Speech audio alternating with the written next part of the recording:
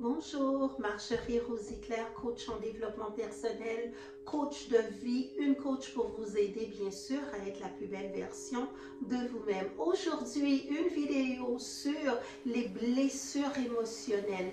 C'est quoi les blessures émotionnelles et quelles sont les 5 blessures qu'on peut avoir qui nous empêchent d'avoir une belle relation, soit amoureuse, soit avec les personnes qui nous sont proches. Donc, c'est de ça que je vais parler aujourd'hui. Mais si tu tombes sur cette vidéo par hasard, cette chaîne est une chaîne de développement personnel, de spiritualité et de beauté. Revenons au vif du sujet, les blessures émotionnelles. Quelles sont les blessures émotionnelles qu'il faut travailler et comment guérir surtout des blessures émotionnelles. Les blessures émotionnelles sont des souffrances psychologiques reliées à des expériences difficiles. Donc, c'est pour ça qu'on a ces blessures-là. Donc, la première blessure, c'est la blessure du rejet. La blessure du rejet, c'est une blessure qui va faire en sorte que on va souvent faire ce qu'on appelle de l'auto-sabotage. L'auto-sabotage, qu'est-ce que ça veut dire? C'est que je te quitte avant que tu me quittes. Donc, c'est beaucoup en lien avec cette blessure-là.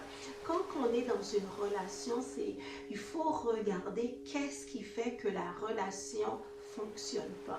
Une des choses peut être dans les 5 blessures émotionnelles, comme je dis, le rejet. La deuxième blessure, c'est la blessure de l'abandon. La blessure de l'abandon, souvent les gens qui ont été abandonnés dans leur jeune âge, dans leur enfance, vont avoir cette blessure-là, la blessure de l'abandon.